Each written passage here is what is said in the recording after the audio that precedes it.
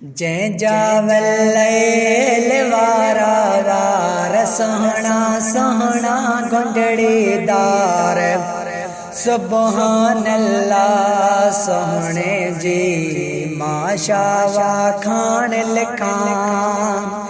जै जावल वारा वार सोहना सोहना गुंडड़ीदार सुबहान अल्लाह सोहने जी माशावा खान लिखान।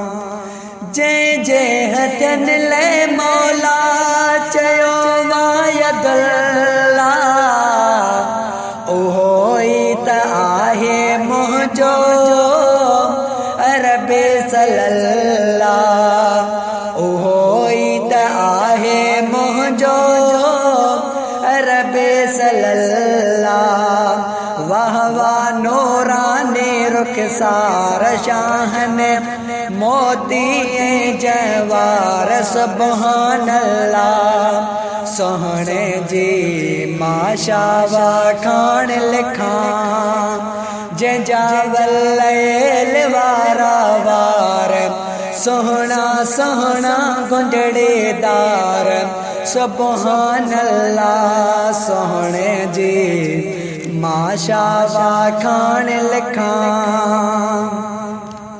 यूसुफ बि सोहनो लेकिन सरकार भी शे वॾो चयो वियो चेहरे महबूब जे ले वॾो चयो वियो चेहरे महबूब जे ले।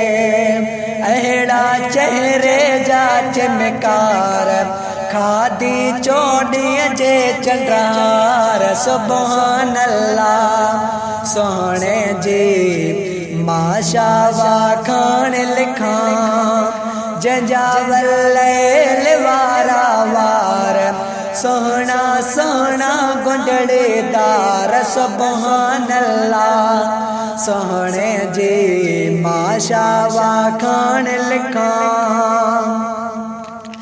रब पाक चूंडे वसको रखियो मुस्तफा जो मज़ा गल बसर जो सोहणियो अखियों मुस्तफा जो मज़ा गल बसर जो सोहणियो अखियों मुस्तफा जो।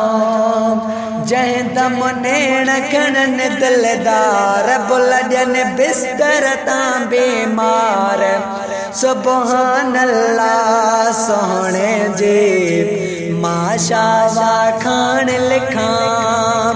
जै जावल वारा वार सोहना सोहना गुंडड़ीदार सुबहान अल्लाह सोहणे जी माशावा खान लिखान। जंहिंखे नवाजो मौला लक़बन गणन सां अज़मी इस्म वठंदो कर अदबन गणन सां अज़मी इस्म वठंदो कर अदबन गणन सां। आहे जीअरो जा बेजमार गंज तो ताज दणीअ सां तार सुबहान अल्लाह सोहणे जी माशावा खान लिखान। जै जावल वारा वार सोहना सोहना गुंडड़ीदार सुबहान अल्लाह सोहणे जी माशावा खान लिखान।